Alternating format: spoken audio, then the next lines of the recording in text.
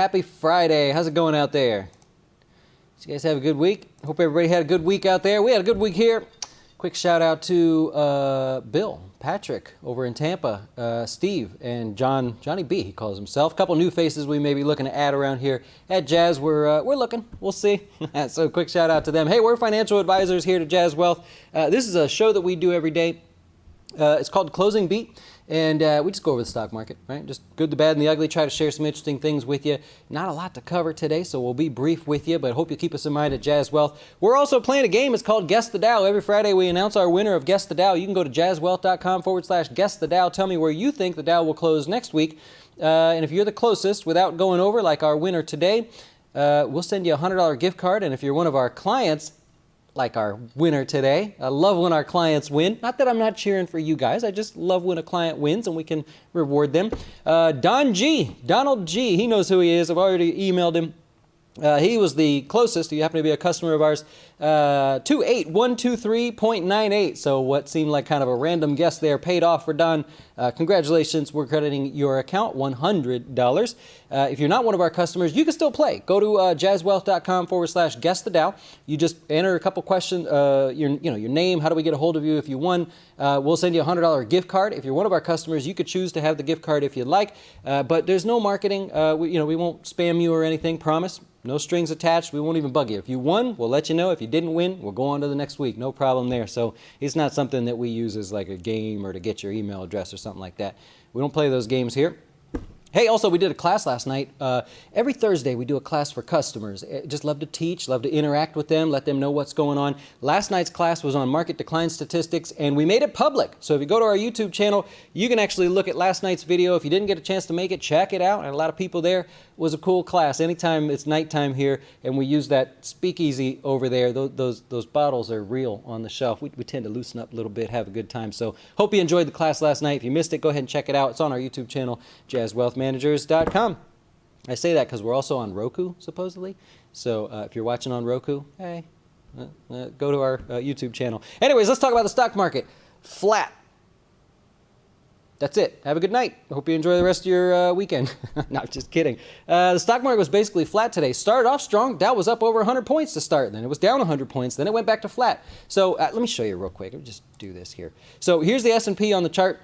If you're one of our customers, we've done 3 classes on candlesticks just to give you an idea what you're looking at. Nothing magic, just to kind of teach you the language of what all of these mean. But if I zoom in and we just go through today, we take a look at where the market started today. It looks like a hot mess in there. But if we go over here to 9:30 when let's actually use the SPY so it's a little cleaner for us here. There you go. So if we go over to where the stock market opened, here's where are we at? Nope, that's the wrong day. So we go over to 9:30 here today, which is basically right here, 9:30. Okay, so we opened up right here. Look where we closed. Just a touch higher. So we shot up higher on the day. Yay, trade deal. All right, that's awesome. And then we came flying back. Oh yeah, wait a minute. We already priced that in yesterday. Yesterday was a great day. We got the news yesterday and the markets took off. That's what this is over here. So everybody realized, ow, there's nothing new to buy. We already knew there was a trade deal. And so everybody left, right? The rest of the day was so quiet. If you're an active trader, you probably left already because there wasn't a whole lot to do. Nonetheless, we're still looking at a stock market that's doing really well, sitting at new highs here. As we get into the end of the year, if we go back to the S&P futures, you got a market that's sitting at basically record highs, just chilling out, relaxing, having a good time. We got the catalyst that we were talking about. Tuesday, Wednesday, Thursday. Great classes of the Closing Beat if you want to check that out. By the way, if you watch replays, you can speed me up. You can watch me at 2 times the speed, so you don't have to, sit and watch the whole class there. You can actually speed it up, get through in half the time. Just go into the settings there and you change the playback speed if you want. But really good classes. Tuesday, Wednesday, Thursday walked you through the entire market, exactly how people were thinking. So often people look at what's the strategy, Dustin? Do I buy a stock when it falls 5%? Do I invest more when the markets fall 5% or whatever? At the end of the day, you got to have a feel for what people are doing. If you have that, you can kind of understand where everything's kind of taking place together. It's really cool. So it was a great week for classes there, but nonetheless, people realized, hey, we already priced in the trade. We don't really need to do much more than that. Phase 1 of the trade deal is essentially done. They're going to sign the deal in January. President Trump said they're going to move on to phase 2 right away, start talking about some of the cyber issues that we have between us and China. December 15th tariffs will not be put on, so this Sunday we don't have to worry about that news coming out, which means we can all focus back on the impeachment. You notice how that's getting like nothing, no attention, as far as the market's concerned. Now, if you're really political, you're paying attention, right? But as far as the markets are concerned, nobody cares, right? And you can tell by the charts. So no matter where you land, love or hate the president, think he did something wrong, think he didn't, I don't care about that. But as far as your dough is concerned, nobody cares, right? It's a non-event so far. Anyways, the only issue with the trade war today was that the purchases of the agriculture products, it just wasn't really clear there. It seems like maybe China won that side of the deal. If we're being honest, they got one on us on that one. It wasn't as big as what everybody kind of let it out to see. So maybe that was a bit of a damper on the markets as well. We also had retail sales numbers come out. I point these out to you every time. There was a little bit of an issue.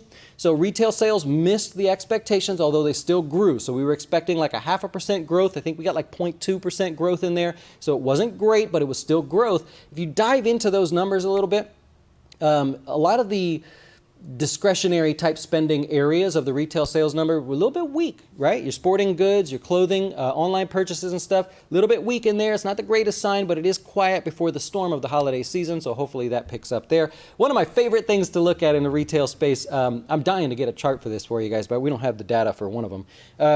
So I like to look at the amount that is spent eating out versus the amount that is spent at grocery stores to kind of use it as like a cool little thing to see, well, how much do we spend eating out versus how much we spend going to the grocery store?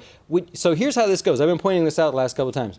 Of the retail sales, spending in bars and restaurants makes up 12.35% of all retail sales that are out there, right? That's pretty interesting. Spending in grocery stores now accounts for 12.39%. Just barely. It's like the next retail sales number is going to be the first time in history where we officially spend more eating out than we do spending at grocery stores. And do you? Let me know. Give me a comment down below. Do you eat out more than you cook at home? I do. I'll be honest with you. I do. I mean, it seems like it's a better deal these days, faster. I can still eat healthy, and there's a lot of choices. So I just thought that was cool to point out. I like looking at that sort of thing. But anyways, I told you I wouldn't take a lot of your time. Let's get into the sector breakdown here today and go over different areas of the market. You got semiconductors taking a little bit of a break today. They pulled back after shooting higher earlier today. Look, they had a great run. So they're just a little exhausted. It wasn't that there was any bad news or that this trade deal is actually a joke or anything. It was just that if you look at semiconductors, they blasted off, had a great run on the trade news. And now people just taking a little profit. So called take the profit into the news, buy on the rumor, sell on the news sort of thing. That's kind of the phrase on Wall Street. So if semiconductors continue to pull back in here, that's totally cool. I think nobody would really care. If you look at tech, if you look at the tech sector yesterday and now again today, but yesterday it hit its highest valuation in over 10 years, right? From a fundamental perspective, you look at the PE ratio came in at 25.5. If you don't really care about that, all you need to know is that's the highest. In the last 10 years, that's the highest it's been. You got to go back to November 7th, 2007 to find a PE ratio higher for the tech sector than where it's currently at today. It was a little higher, so it just got a little bit higher there. Now, you think, oh, wow, that's a really overvalued area. If you only take the last 10 years, you could say, yeah, in this bull market, the tech sector, very overvalued. You get the idea. But if you look like all the way out, go back to the 90s, this is peanuts, right? 25.5 is peanuts, right? Back in the dot-com days, who's old enough to go back with me, right? Are you there? Right? So if you go back to the dot-com days, to see a 75 to 85 times earnings back in that day, I think 85.6 or so was the peak. You get an idea that 25 is not really that big of a deal. But in this bull market, that's the highest value you've seen. Nonetheless, it moved to new highs today, so tech stocks looking pretty good there. Not too bad. Let's move on here. You got financials. You always need tech and financials to move the markets, and the financials today pulled back as well. So you have a recipe for two sectors that lead the market, not willing to do anything today because they already did everything they needed to do, and you got essentially a recipe for a quiet market. Not a big deal in that respect. Oil. We've been kind of playing around with just showing you how oil is in a very technical uptrend at the moment. Oil, by the way, if you trade it, if you're one of these active traders out there, it's a very technical commodity. It trades very much on the technicals versus just assumptions and things like that. Yeah, there's volatility around the oil inventories number and stuff like that, but look where it stopped today. it stopped right at the top of its technical range. And that's just because the nature of the people that play the oil futures there. So nonetheless, had a good day today, 1% higher thanks to the trade news. That was basically all we could attribute to that. Otherwise, just a slow melt up for the price of oil at the moment. REITs, what do we want to use? ICF, we can use that. Poked down to its lowest in 4 months today. It actually closed a bit even on the day, so a nice little people trying to buy the dip there in the REITs a little bit. So yeah, basically 4 days it was going to be down. It finished positive on the day, so it wasn't officially a loss, but hitting 4-month lows there, so not looking good. You saw a lot of action in the protection type areas today. If you look at gold was higher by about 0.5% on the day. Consumer staples, I'll use XLP to take a look at that, a little bit higher, about 1/3% today. And XLU, which would be utilities, about 0.75%. So sort of the defensive, hey, I want to play it safe sort of area did well today. And if I'm being perfectly honest with you, old Dustin took a fall, man. So over here, I'm going to stop for a second. I don't have a lot to cover today. Over there, it looks like there's a wall. It's actually a fake wall. It's kind of like when you go like on the Ellen show or something. There's a wall that's like this, and the stars always come out from behind the wall. So there's a fake wall, and there's more of the studio behind there. There's a gym and a kitchen and everything. And so I was closing up the doors and everything, and it's wet outside. And I hit this thing, man, and went whoop, straight back. I mean, just... And now I'm starting to feel it, like in the back. I'm going to pay for that tomorrow. I just know it, man.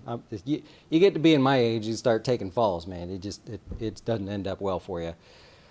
I can feel it. I am in trouble. Anyways, let's focus here and stay on track. Let's take a look at some stocks before you guys start making fun of me. I'm 37, by the way, so don't let this young baby face throw you off a little bit.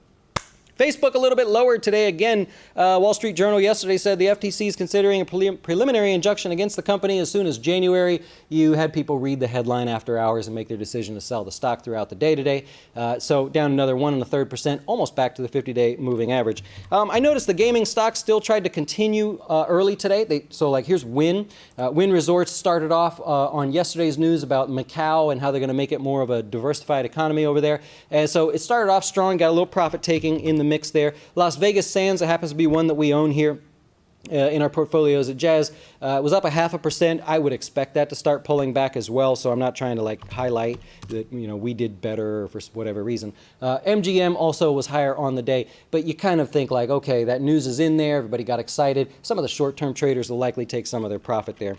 Adobe we talked about yesterday, gapping higher because of the earnings. They lowered the bar a couple times there. They beat on earnings. Everything looked pretty good for them. This is a really interesting story. I mean, they beat on earnings most of the time. We went over the stats. 89% of the time they beat on earnings. That's 14 times in a row for them. So go back 14 quarters. They would have always beat on earnings in particular.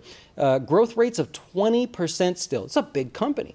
This is a big, pretty mature company if you think about it, and they're still growing at a 20% clip. Not too bad. And I'm talking about revenues there. So Adobe, a much-deserved 4% gain on the day. So excited to see that one a little bit higher as well. Costco reported earnings. That one moved a little bit lower, down about 2%. This is technically their fiscal first quarter. This is the first quarter for them. And it's typically one of their slower quarters. We covered that the other day. Down about 2%. I thought it was interesting. I read through it all. I mean, they don't... Costco, if you ever look at their earnings or you like to study stocks and kind of what the company's doing, they're not very vocal. You know how some companies like Salesforce.com, they come out and they're like, yeah, we're doing this and this is great and we got a new person here and this is growing, and they're very vocal about all the different divisions of their business. Costco's not. They're very much close to the vest. You don't get a lot of guidance out of them. They give what they're supposed to give and then they go back to work and they do a good job. But Costco was a little bit lower. Overall, it's kind of a mixed earnings there. On the e-commerce side of things, a little bit of weakness, not too big of a deal there. I found it interesting that membership fees, that's a sort of a metric that people like to look at for Costco. Membership fees were up 6% because they're trying to boost everybody up into the platinum or the ultimate membership. I'm not a member there, I don't know. And they're having great success in getting people into that category. That's important because when you get people into that category, they tend to be more loyal, which means they're likely to continue to pay for those fees. $804 million in membership fees last quarter. I mean, come on, man. I'm in the wrong business, right? Anyway, so Costco a little bit lower. You got Broadcom a little bit lower on the day, retracing all of yesterday's gains from the trade news, down about 3.75% on the day. The CEO said that their core semiconductor business should return to growth in the second half of 2020. We've talked about Intel. We've talked about Cypress Semiconductors, all these as they've reported, AMD and stuff, we were sort of hoping we were going to hear that the bottom was in, right? And I mentioned that last quarter as well. Everybody was kind of hoping that was it. Now to push this out in the second half of next quarter, I think that's probably the reason the stock sold off. I don't have anything really to go on there. Other stats for Broadcom, their dividend, they raised it to $3.25 a share. That puts the overall yield at the moment at about 4%, right? Which, I mean, that's 4% for one stock. That's pretty good there. But nonetheless, Broadcom a little bit lower on the day. Oh, you can't see the chart. Oracle was lower today, back below the 200-day moving average, down 3.5%. Beat on earnings, but everybody saw right through it. They beat on earnings, but how many dollars of shares did they buy back? Remember, this was one of the big share buybacks here. Over the last 12 months, I pulled it up just to see, $26 billion in shares they've bought back. So no wonder they beat on earnings, right? Unfortunately, just sort of weak on revenues. They barely missed. I mean, it was a little miss on revenues, but unfortunately, it was kind of weak there for them. The stock was a little bit lower. There's a focus on their cloud service business, like Amazon and Microsoft and stuff, and their cloud side of things grew at 4%. However, don't hold me to this, but if I remember right, you got Amazon, their Amazon Web Services growing at 35%, somewhere in there, and Microsoft growing at 50%. So while Oracle did well for themselves compared to where you could put your money, it's a bit of a miss there. So the stock was a little bit lower on the day. That's about all I have for you there. 71% of the S&P 500 above the 50-day moving average. That's good. Great way to finish out the week. You got 74 new 52-week highs today, but more than half of them were in the red, by the way. So for example, AMD. So it hit new 52-week highs today, triggered the radar, but then finished down about 3 1/3%. Again, a lot of these are just a little overdone. That's it. So if you look in the semiconductor space, you got Microchip in there as well. Hit new 52-week highs, then pulled back. I think all of this is very much warranted. We talked about some of the financials yesterday. Names like State Street hit new 52-week highs, but pulled back on the day. I believe JP Morgan did the same. Yep, did the same. Just a little overdone. People have pretty much committed. Short-term traders looking to take some of the profits and everything. I think it's totally normal. I don't have anything negative to say about that. Las Vegas Sands, I just mentioned a minute ago, one of the stocks that we own here at Jazz, paying out 77 cents in, well, let me make sure. I get one thing wrong and you guys will kill me. Yeah, paying out 77 cents. Ryanair, or Ryanair, I don't know how you say it. RYN's a ticker symbol. They're paying out 27 cents as well. And what else do we have? Oh, AT&T raised their dividend to 52 cents. I believe it was at 51 cents. Yeah, you don't need to see that. And they're really focused on paying off the debt from that Time Warner deal, the acquisition there. I believe in the next 2 years they want to pay that off. They're really it's very interesting. If you look at your personal finances versus how AT&T is managing their finances, they're doing a good job. I think a lot of financial gurus would be happy with what AT&T is doing. And they're also speeding up their $4 billion share buyback program. They're on track to buy back $4 billion worth of shares. They're going to speed that up. And so I think we've done it. I basically got everything I have to offer for you here today. Let's see if I can answer some of your questions. No one's bothered to ask, how many phases of the trade deal are we doing here? Yeah, phase 1 done. Phase 2, is there 10? Is there 5? What are we doing here? I don't know. I wish I could tell you. I don't even think they know. Yeah. I bet you that phase 2 is going to take you about 10 months or so, though, if I had to guess. 1.5 billion put options by Ray Dalio, March 20 expiration, should be taken as insurance, in my opinion, even though he has one. You talking about the VIX? I believe that was him on the VIX there. Yeah. Yep. Cool. Yep, tariffs coming off there. Initial tariffs cut in half. The initial tariffs were cut from 15 to 7.5% or something like that. So those aren't coming off. There's also a couple others that are going to be left on there. And now we're going after the EU. It's 100% tariffs on whiskey. No. Come on, man. I love it.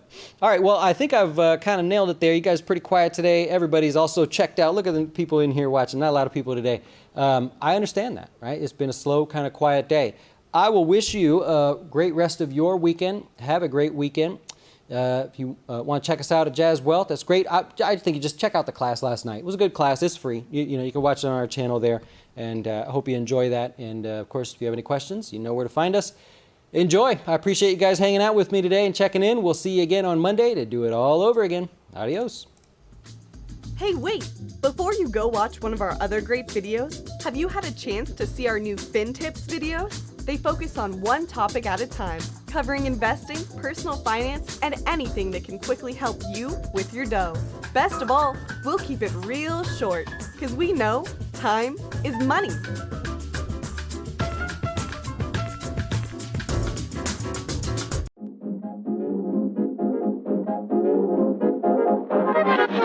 Why should you choose Jazz Wealth as your retirement or long-term investing service? Our portfolios are managed by us, not some faceless mutual fund manager.